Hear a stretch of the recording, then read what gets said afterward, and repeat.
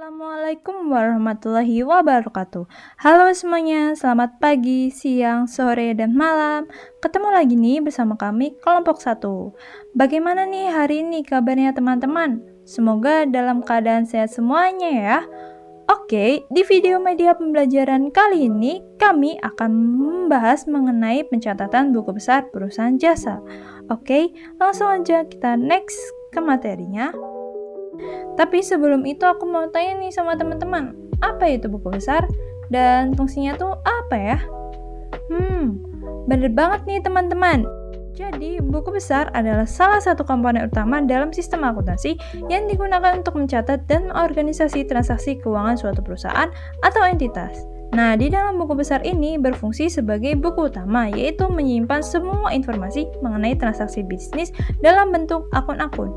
Nah, di dalam buku besar, setiap akun ini memiliki halaman atau sejumlah halaman yang digunakan untuk mencatat transaksi yang berkaitan dengan akun tersebut. Oke, sampai di sini paham ya mengenai definisi buku besar? Kita next ke ciri-ciri buku besar. Nah, di dalam ciri-ciri buku besar terdapat 5. Yang pertama yaitu pencatatan transaksi. Buku besar sendiri mencatat setiap transaksi keuangan yang terjadi dalam suatu perusahaan. Hal ini mencakup penjualan, pembelian, pembayaran, penerimaan, investasi, pinjaman, dan transaksi keuangan lainnya. Lalu yang kedua yaitu akun-akun. Nah, di dalam buku besar mengatur transaksi ke dalam berbagai akun. Di setiap akun mewakili jenis aset, kewajiban, ekuitas, pendapatan, atau pengeluaran tertentu. Misalnya ada akun kas, akun piutang, akun persediaan, akun modal pemilik, dan masih banyak lagi. Lalu yang ketiga yaitu saldo akun. Jadi buku besar ini mencatat saldo awal setiap akun dan menghitung saldo akhir setelah setiap transaksi dicatat. Nah, saldo akhir akun adalah jumlah yang tersisa pada akun tersebut setelah semua transaksi telah diakumulasikan. Lalu yang keempat yaitu pencatatan double entry. Jadi prinsip pencatatan double entry ini digunakan dalam buku besar. Artinya setiap transaksi dicatat 2 kali, yaitu yang pertama sebagai debit atau penambahan pada suatu akun, dan yang kedua yaitu sebagai kredit atau pengurangan pada akun lainnya. Hal ini memastikan bahwa total debit selalu sama dengan total kredit dalam buku besar. Lalu yang terakhir yaitu referensi silang. Nah, buku besar menciptakan referensi silang antar berbagai akun. Hal ini memungkinkan bahwa pengguna itu untuk melacak hubungan antara transaksi yang berbeda dan memahami bagaimana satu transaksi itu mempengaruhi akun lainnya. Next, ke bentuk-bentuk buku besar. Nah, di dalam bentuk-bentuk buku besar ini terdapat 4. Yang pertama yaitu metode T-Balance. Jadi bentuk metode T-Balance ini merupakan jenis buku besar yang paling sederhana dan memang mirip dengan bentuk huruf T besar. Nah, pada bagian sebelah kiri menampilkan debit, sebelah kanan menampilkan kredit. Untuk nama akun diletakkan di kiri atas dan kode akun diletakkan di kanan atas. Lalu yang kedua yaitu metode 2 kolom atau metode Scontro. Jadi bentuk metode ini memiliki 2 kolom, yaitu kolom kanan sebagai debit dan kolom kiri sebagai kredit. Lalu yang ketiga yaitu metode 3 kolom atau metode 3 kolom. Jadi metode 3 kolom ini memiliki saldo tunggal di dalamnya. Dan biasanya buku besar ini digunakan untuk memperjelas transaksi yang relatif banyak. Lalu yang terakhir yaitu metode 4 kolom atau yang dinamakan Staffel. Jadi metode Staffel ini itu sama dengan metode 3 kolom. Hanya saja perbedaan itu terletak pada bentuknya yang di bagian dalam. Ada kolom debit dan kolom kredit. Oke, langsung aja yuk kita ke contoh soalnya. Jadi di soal diketahui bahwa saldo awal kas perusahaan itu senilai 50 juta. Nah, pada tanggal 1 Januari itu terdapat pembelian perlengkapan senilai 20 juta secara tunai. Nah, sebelum kita posting ke buku besar, jadi kita bentuk dulu jurnalnya. Jadi pada tanggal 1 perlengkapan itu bertambah di debit senilai 20 juta karena dia membeli perlengkapan. Jadi perlengkapannya otomatis bertambah dan kasnya itu berkurang karena dia membeli secara tunai. Otomatis kasnya berkurang di kredit senilai 20 juta dengan keterangan pembelian perlengkapan tunai. Lalu kita tulis saldonya itu 20 juta. Jadi debit dan kredit harus sama ya guys. Oke, selanjutnya kita posting ke buku besar. Nah, yang pertama ini metode T-balance. Kita bentuk kolom seperti ini ya guys, bentuk T kolom. Lalu kita tulis debit di sebelah kiri atas, akun kas di sebelah kiri atas juga, lalu kolom kredit di sebelah kanan atas. Lalu kita tulis saldo awalnya kan 50 juta, kita tulis pada tanggal 1. Oh ya, mohon maaf, tadi itu ada typo ya guys, harusnya itu tadi pembelian perlengkapan tanggal 2 karena saldo awal itu biasanya di tanggal 1. Oke, jadi kita tulis tanggal 1 Januari 2023 senilai 50 juta karena saldo awal ya. Lalu kita ke tanggal 2 yaitu pembelian perlengkapan. Jadi karena dia pembelian, otomatis kasnya berkurang di kredit. Jadi kita tulis aja 20 juta di sebelah kredit. Lalu kita kurangkan 50 juta dikurangi 20 juta senilai 30 juta. Kenapa kita kurangkan? Karena kasnya tuh lebih besar daripada kredit. Maksudnya kolom debitnya itu lebih besar daripada kolom kredit. Jadi kita kurangkan jadi 30 juta di debit.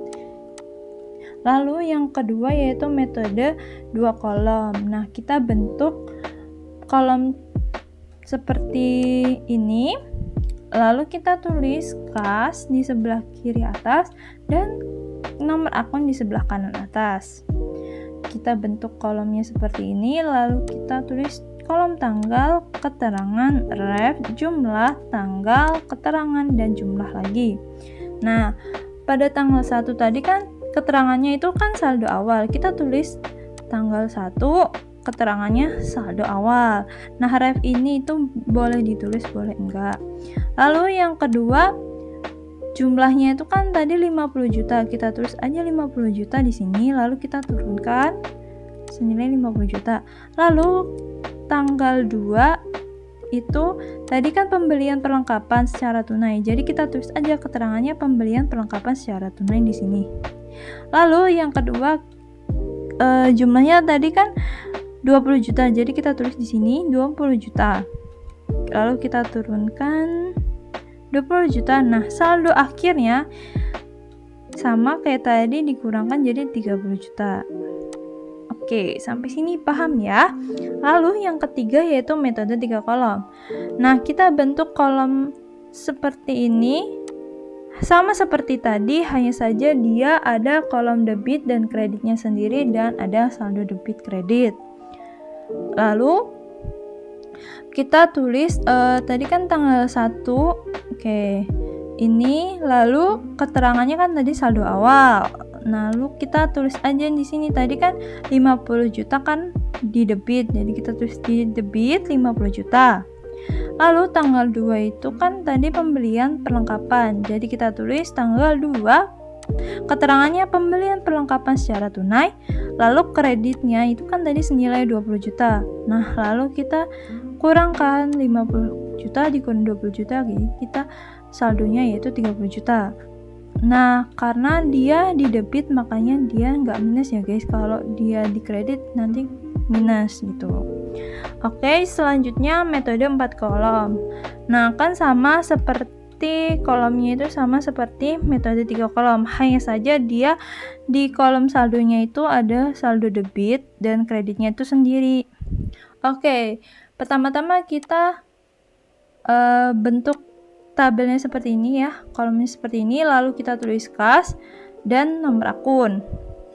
Lalu kita bentuk tanggal, keterangan, ref, debit, kredit, saldo, debit, dan kredit. Oke. Tanggal 1 itu kan tadi keterangannya saldo awal, kita tulis lagi saldo awal, lalu debitnya itu kan tadi 50 juta, kita tulis 50 juta. Nah, kita masukkan ke saldo itu debit senilai 50 juta. Lalu tanggal 2 itu kan tadi pembelian perlengkapan, kita tulis pembelian perlengkapan senilai 20 juta di kredit. Nah, lalu kita tulis aja di saldonya itu senilai 20 juta di kredit. Lalu saldo akhirnya itu kita tulis 30 juta di sebelah debit. Oke, sampai sini paham ya teman-teman? Nah, wah ternyata udah habis nih Kak pemaparan materinya. Tapi jangan senang dulu ya guys, karena setelah ini bakal ada bentuk latihan soal di video selanjutnya. Oke teman-teman, selanjutnya kita akan mempraktikkan bagaimana cara posting buku besar dengan memilih salah satu dari keempat jenis buku besar yang telah disebutkan di awal. Yaitu kita akan memilih buku besar jenis 4 kolom. Tanpa berlama-lama, langsung saja kita praktikkan cara posting buku besar tersebut. Di sini telah disediakan transaksi beserta jurnal umumnya, dan kita akan mempostingnya dari jurnal umum ke buku besar. Baik, diketahui Tuan Duta mendirikan sebuah perusahaan di bidang jasa penyewaan mobil. Adapun transaksi yang telah terjadi selama bulan Desember 2023 adalah sebagai berikut. Pada tanggal 1 Desember, Tuan Duta memulai usaha dengan menginvestasikan uang tunai ke perusahaan sebesar 100 juta rupiah. Maka pada jurnal umum dicatat, akun kas berada di sisi debit 100 juta dan akun modal Tuan Duta ada di sisi kredit sebesar 100 juta. Kita catat ke buku besar dengan cara pada buku besar akun kas pada tanggal 1 Desember di sisi debit 100 juta. Saldonya di sisi debit 100 juta. Lalu akun modal Tuan Duta di sisi kredit sebesar 100 juta.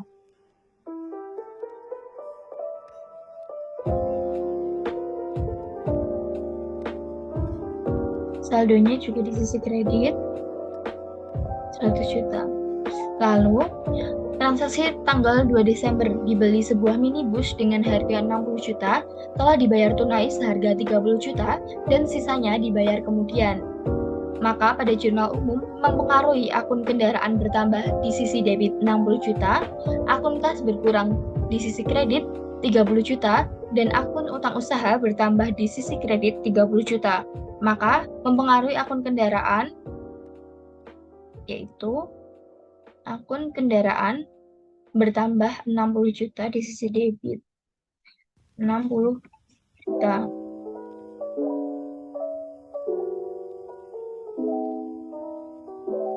Sisi debit juga 60 juta. Lalu mempengaruhi akun kas.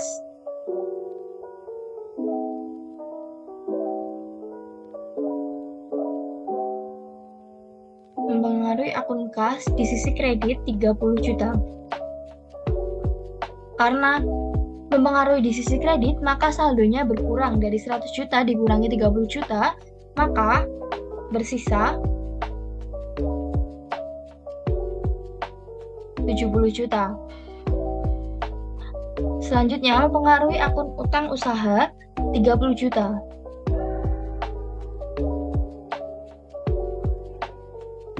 Di sisi kredit 30. Saldo juga kredit.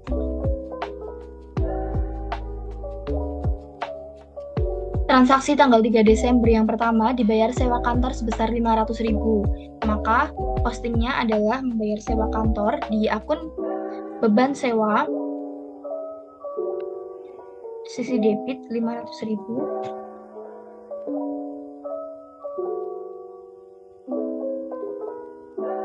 Lalu akun kas sisi kredit berkurang 500.000.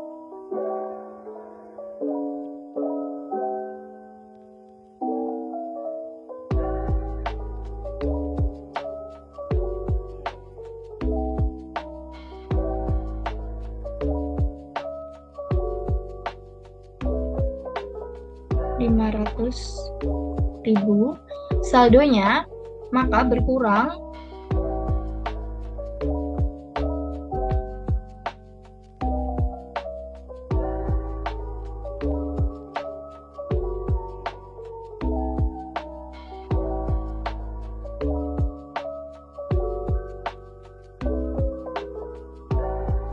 menjadi 69.500.000. Lalu transaksi pada tanggal 3 Desember dibeli peralatan bengkel untuk perbaikan mesin seharga 350.000 secara kredit. Maka pencatatannya pada buku besar adalah mempengaruhi akun peralatan dan utang usaha sebesar 350.000. Peralatan kita catat di sisi debit sebesar 350.000. Saldo juga 350.000. Lalu akun utang usaha 350.000.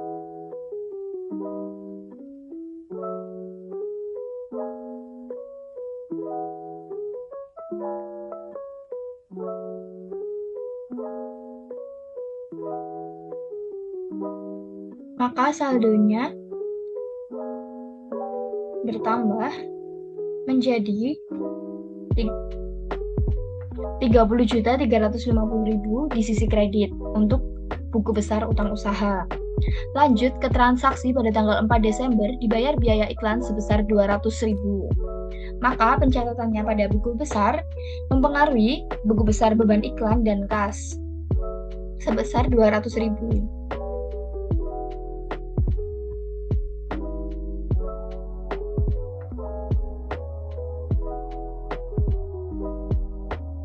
Saldonya juga sama di debit sebesar 200.000. Lalu mempengaruhi akun kas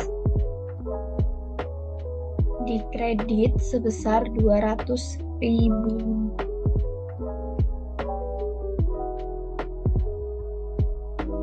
Maka saldo akun kas berkurang di sisi debit menjadi 69.300.000 rupiah. Lanjut pada transaksi terakhir di tanggal 5 Desember ada dibeli oli kendaraan seharga 4 juta rupiah. Maka mempengaruhi perlengkapan dan kas sebesar 4 juta. Kita catat di pada buku besar akun perlengkapan sebesar 4 juta di sisi debit. Saldonya juga sama di sisi debit.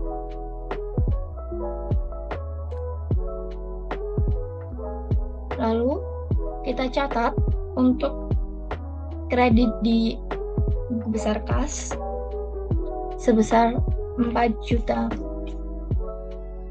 Maka saldo dari buku besar kas berkurang dari 69.300.000 menjadi 65.300.000 rupiah.